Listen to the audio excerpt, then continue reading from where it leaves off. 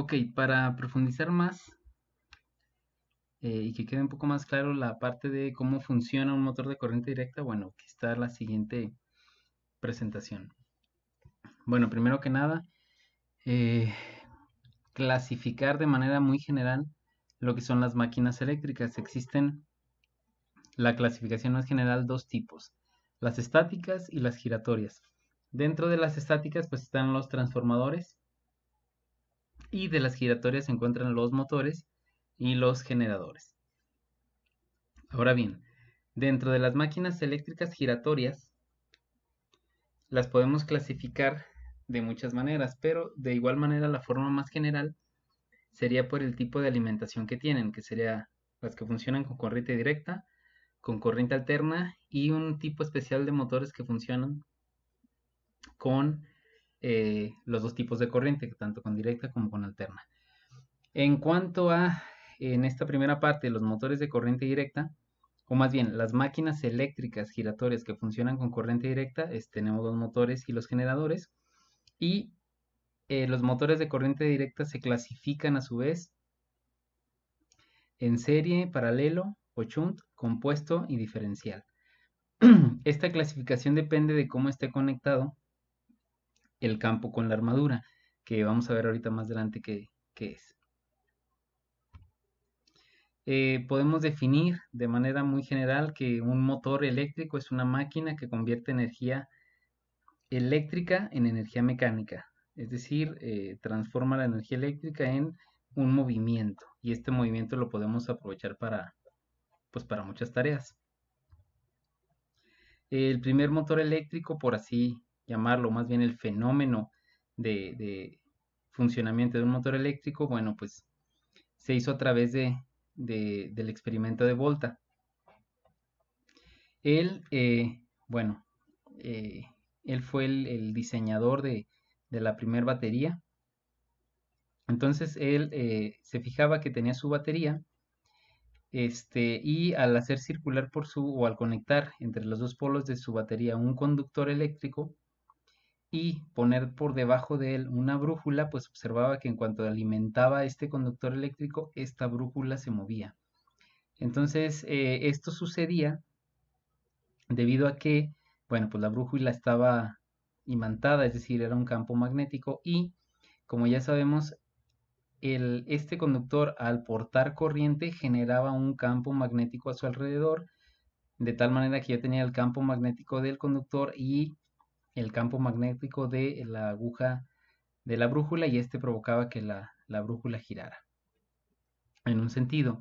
Y cuando observó que cuando ingresaba o cambiaba de polaridad lo que es la corriente en este cable, pues giraba para el otro lado. Entonces de esa manera fue Oersted quien descubrió este principio de funcionamiento a través de pues, las baterías de Volta.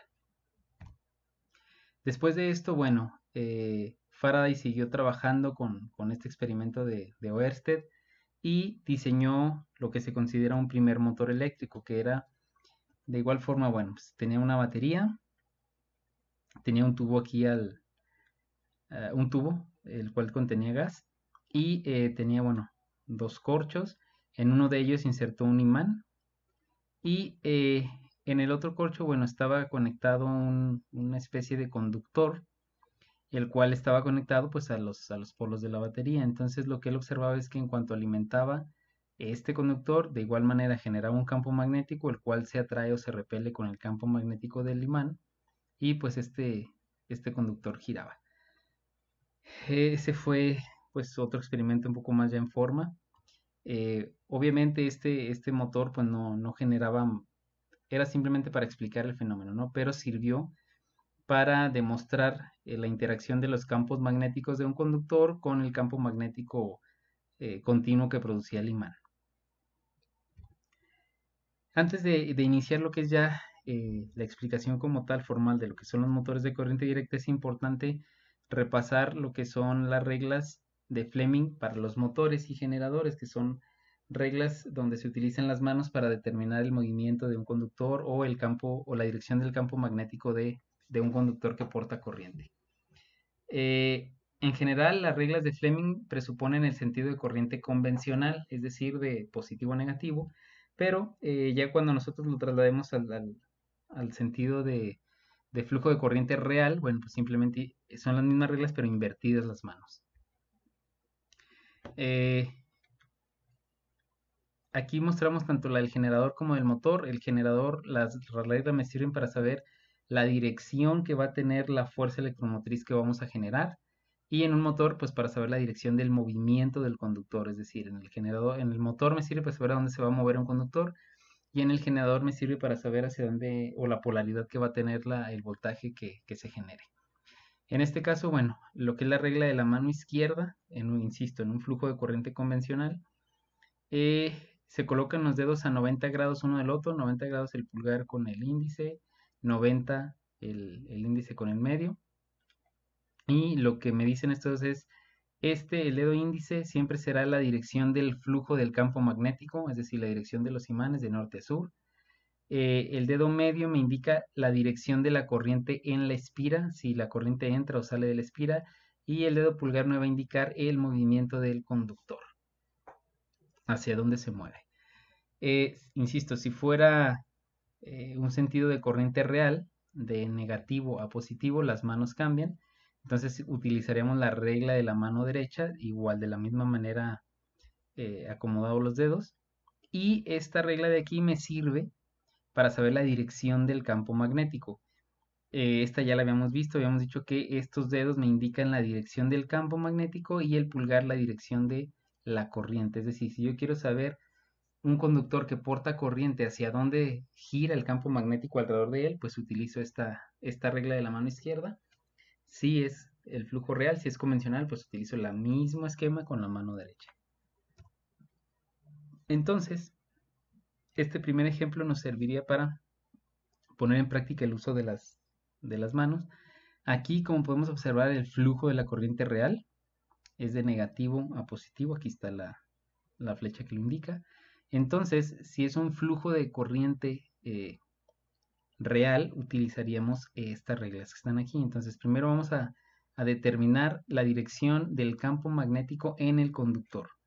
Entonces, en el conductor, la dirección va hacia abajo, coloco mi mano izquierda, el pulgar indicaría la dirección de esta flecha, es decir, el pulgar lo pongo en dirección a esta flecha y el resto de los dedos rodean al conductor, lo cual indica la dirección de este campo que está aquí, estas flechas que están aquí. Aquí esto me sirve para observar que yo tengo un norte y un sur donde las líneas de campo magnético van hacia acá y tengo otro campo magnético generado por la corriente que porta el conductor. Yo tengo dos campos magnéticos, el negro que es el de los imanes y el naranja que es el del conductor. Estos dos campos magnéticos interactúan de manera tal que van a hacer que este cable se mueva. Ahora ven, ¿hacia dónde se mueve? Para saber hacia dónde se mueve utilizo esta regla, la regla de la mano derecha. Acomodo mis dedos a 90 grados como están aquí. Entonces, el dedo índice lo pongo en dirección de las líneas de flujo, es decir, van de norte a sur. El dedo medio lo voy a poner hacia abajo porque la corriente va de menos a más. Y el dedo pulgar me indicaría hacia dónde se mueve el conductor, que en este caso se mueve hacia dentro de la pantalla, si así lo queremos ver.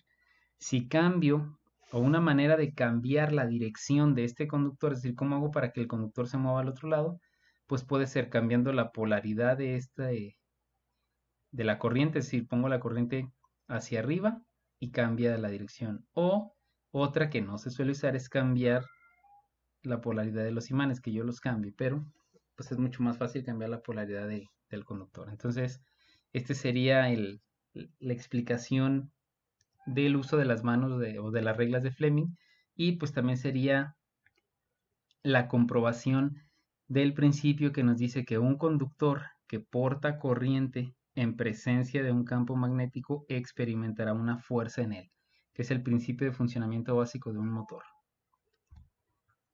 Ahora bien, ¿qué pasa o cómo logramos que ese movimiento sea constante? Bueno, lo que vamos a hacer es que el conductor que teníamos previamente, pues lo vamos a doblar como una espira. Si se fijan, este es el mismo conductor que estaba en la página anterior, pero doblado.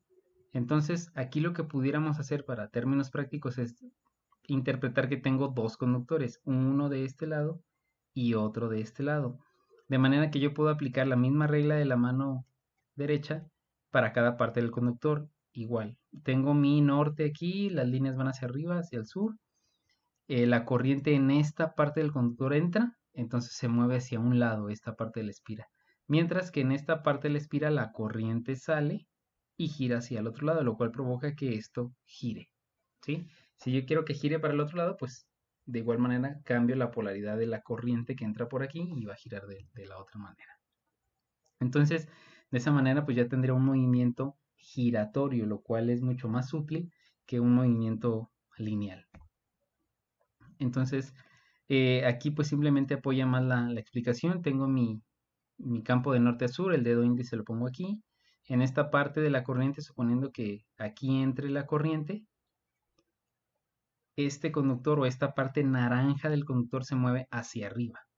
Mi dedo pulgar indicaría hacia arriba. En esta parte del conductor, la blanca, la corriente sale, entonces se movería hacia abajo, ya que la parte naranja se mueve hacia arriba y este hacia abajo giraría en contra de las manecillas del reloj, esta espira que está aquí. Si yo viera esta espira de aquí, es decir, de frente, pues vería esta parte y esta parte, que sería el conductor blanco o la parte blanca y la parte naranja. Cuando tenga una X aquí indica que la corriente entra, es como la cola de la flecha que entra. Y cuando tengo un punto indica que la corriente viene saliendo. Entonces, si aplico la regla de la mano izquierda para indicar el sentido del campo magnético, en este conductor la corriente entra, es decir, mi dedo pulgar entra hacia la computadora y el resto de los dedos me indica que el campo va hacia acá.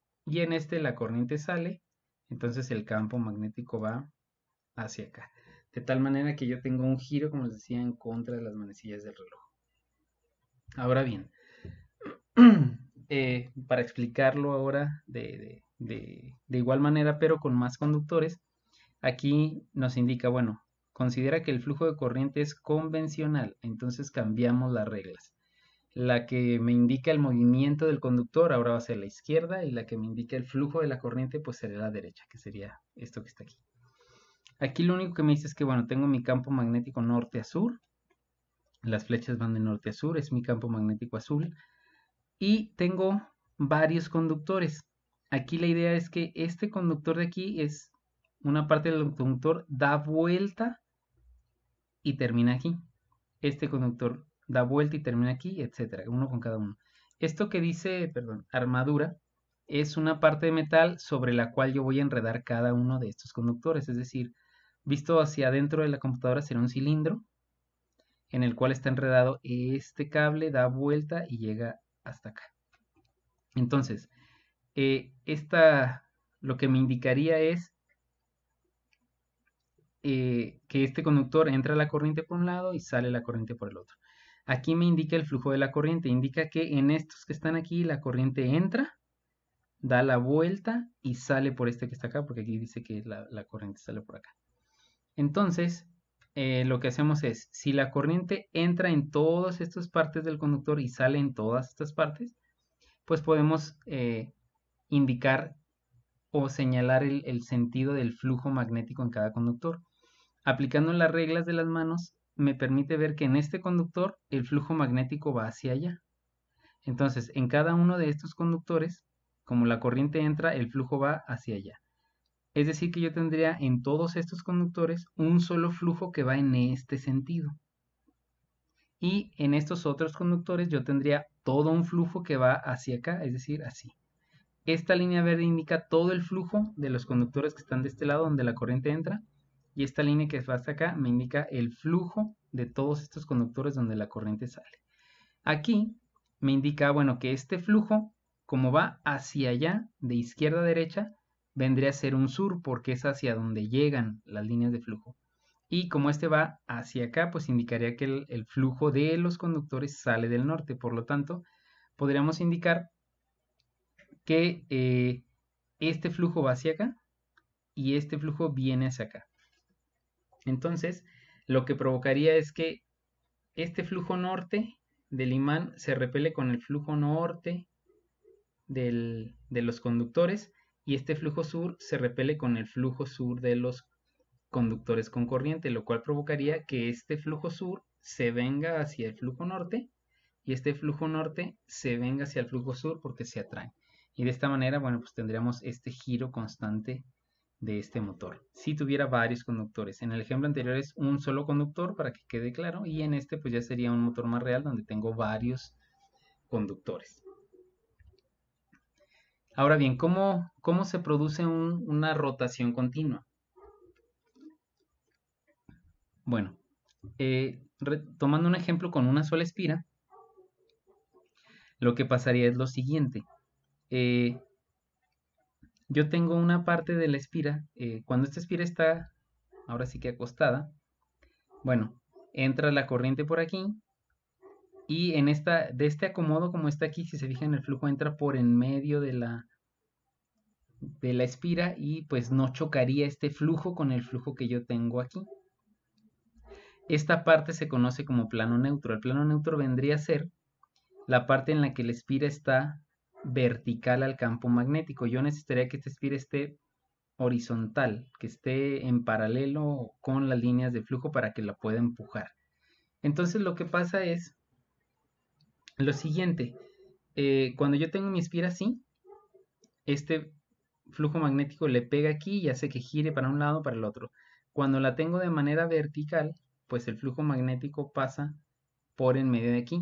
Lo que pasa es que cuando está de manera paralela u horizontal, le pega, por así decirlo, hace que gire, llega a este punto y por la pura inercia o el peso que lleva esto, hace que caiga y gira y la vuelve a empujar. Entonces se vuelve una parte de, ahora sí que por la velocidad que lleva o por la inercia que lleva, pues continúa a girar. Ahora bien, ¿cómo hacemos para meter la corriente en esta espira? ¿Por qué? Si yo conecto directamente, tengo una pila y conecto aquí un cable y aquí el otro, al momento que está girando, pues estos cables se enredarían. Entonces necesitamos pensar en una manera de meter la corriente a esta espira que está aquí. Esa manera es a través de dos aditamentos. El primero se llama conmutador. El conmutador es esta parte que está aquí, es como un pedazo de conductor que se conecta al extremo de cada espira, es decir, a este extremo rojo le conecto un conmutador y al otro extremo, que en este caso es azul, le conecto el otro conmutador. Es claro que este tiene que ser de un material conductor para que pueda inyectarle la corriente a la espira. Y este conductor que está aquí se mueve junto con la espira, es decir, esto va dando vueltas. ¿Por qué razón no están unidas? Porque si fijan aquí hay un hueco. Bueno, pues porque esto sería lo mismo a conectar la espira roja con la azul y estaría en cortocircuito esta espira. Ahorita vamos a explicar por qué de cualquier forma se ponen en cortocircuito cuando ya está funcionando. Físicamente se vería así mi conmutador. Es esta partecita que está aquí, es esto. Y la que está del otro lado, pues es esta otra parte. ¿Por qué se ven muchas? Bueno, pues porque aquí es una espira, pero en realidad yo tendría esta espira, le doy muchas vueltas y le hago una bobina. Entonces yo tendría una bobina conectada aquí. Pero puedo tener varias bobinas, una bobina aquí, otra bobina atravesada con su otro par de conmutadores y todas las bobinas que yo pueda tener. Entonces, de esta primera parte sería, bueno, que la función del conmutador consiste en inyectar o llevar la corriente a lo que es mi espira. Ahora bien, esto seguiría girando. Entonces lo que se hace es que estos dos aditamentos que están aquí a un ladito pegados a los conmutadores se llaman escobillas. Las escobillas van conectadas directamente a mi pila, a mi fuente de corriente directa. Entonces estas de aquí están fijas y no se mueven y están en contacto con mi conmutador, de tal manera que las escobillas inyectan la corriente aquí, gira y mis escobillas no se mueven, pero el conmutador sí se mueve con ellas. Entonces, ahí lo que está haciendo, la función que hacen las escobillas es inyectar la corriente al conmutador y el conmutador a la espira. De esta manera yo tendría cuatro partes básicas para un motor de corriente directa, que sería el campo magnético, que son los imanes, la parte que gira, que le vamos a llamar armadura, el conmutador, que inyecta la corriente a la armadura, y las escobillas, que tienen la función de inyectar la corriente, al conmutador. El material del cual están hechas las escobillas es muy parecido al grafito, la punta que tienen en su lápiz. Tiene que ser un material que se desgaste para que no se genere lo siguiente. Queda claro aquí que en cuanto yo aquí tengo un menos, llega la corriente por aquí, inyecta la corriente esta parte, pero aquí tengo un más que también inyecta esta parte. Entonces, en este punto se genera un cortocircuito. ¿Quién genera el cortocircuito? El hecho de conectar el positivo a esta parte del conmutador y el negativo a esta otra parte del conmutador. Entonces aquí se genera un cortocircuito y se va a generar una chispa. Esta chispa no se puede evitar, es necesaria esa chispa para que, si no, no se puede energizar lo que es la armadura. Entonces, en esta parte se genera una chispa. Si este material de aquí, el de las escobillas, fuera también cobre, pues esas chispas lo que provocan es que se vaya soldando el conmutador con la escobilla. Entonces eso no se puede porque entonces ya no giraría. Lo que se hace es que esto sea un material que se vaya desgastando para que la chispa no lo solde, sino que se vaya desgastando. Entonces este material, les digo, es como, se parece al grafito. Mucha gente le llama carbones porque cuando uno los agarra, bueno, pues se quedan las manos negras como si fuera carbón. Y bueno, estas se desgastan, siempre se van a desgastar porque es la función de ellas, ¿no? Entonces por eso es de este tipo de material. Ahorita más adelante retomamos esta parte de las chispas que se generan cuando gira un motor. Ahora bien, ya tengo aquí, si se fijan, bueno, mi fuente, mis escobillas, mis conmutadores, mi armadura que la expira y el campo. Entonces, aplicando de nueva cuenta aquí el flujo de corriente real, si se fijan es de menos a más. Utilizaría la regla de la mano izquierda para saber la dirección del campo magnético y la regla de la mano derecha para saber hacia dónde se mueve. Entra la corriente por aquí, inyecta corriente a este conmutador, la corriente en esta parte entraría y este conductor se mueve, perdón, hacia arriba. En esta parte la corriente sale, entonces se mueve hacia abajo. Entonces se fijan aquí en esta parte, podemos decir que está en corto la bobina y está energizada. Pero una vez que da vuelta, llegaría a este punto que está aquí. Si se fijan en este punto, la bobina está perpendicular al campo y si se fijan mis carbones no están tocando el conmutador, es decir, las escobillas no tocan el conmutador y por lo tanto no hay corriente en la espira. Aquí ya no hay chispas porque no hay corriente que tenga esto. Pero la inercia hace que ésta vuelva a caer de tal manera que llega a esta parte que está aquí. Otra vez se energiza, vuelve a girar, se genera la chispa y vuelve a pasar al plano neutro. Entonces, queda claro que cada vez que gire, pues tiene un plano neutro, ¿no? Porque hace que no esté energizada la bobina y que el campo magnético pase a través de la bobina. ¿Cómo se evita este plano neutro? Bueno, pues poniendo más espiras. ¿Qué pasaría si yo pongo aquí una espira atravesada que sí estén tocando los carbones? Entonces lo que se hace es poner cuantas espiras sean necesarias para evitar que el plano neutro sea lo menos posible y me permita girar con más fuerza. Entonces, esta imagen que está aquí pues nos permite ver lo que estábamos explicando. Tengo mi campo de norte a sur, aquí están mis conmutadores, si se fijan se ve ahí la división, y mis carbones están energizando a esta espira y gira. Entonces, justo cuando llega aquí a donde está la división, ahí no se energiza y es la pura inercia la que hace que caiga. Si tuviéramos dos espiras, pues estarían de la siguiente manera. Tengo mis dos espiras, por lo tanto tengo 4 conmutadores, porque cada una tiene su parte, y eso hace que el plano neutro sea más pequeño. ¿Cuál es el plano neutro? Pues estos 90 grados que se generan en cuanto no toca la espira. Y ya un motor real, bueno, pues sería algo más como lo que está aquí. Cada espira tiene muchísimas vueltas de manera que es una bobina. Entonces ya una bobina es un conjunto de espiras. Cada bobina yo la conecto a una parte de conmutador y entonces de tal manera los carbones siempre están energizando cierto número de bobinas, de tal manera que se genera un par pues más constante, ¿no? Ok.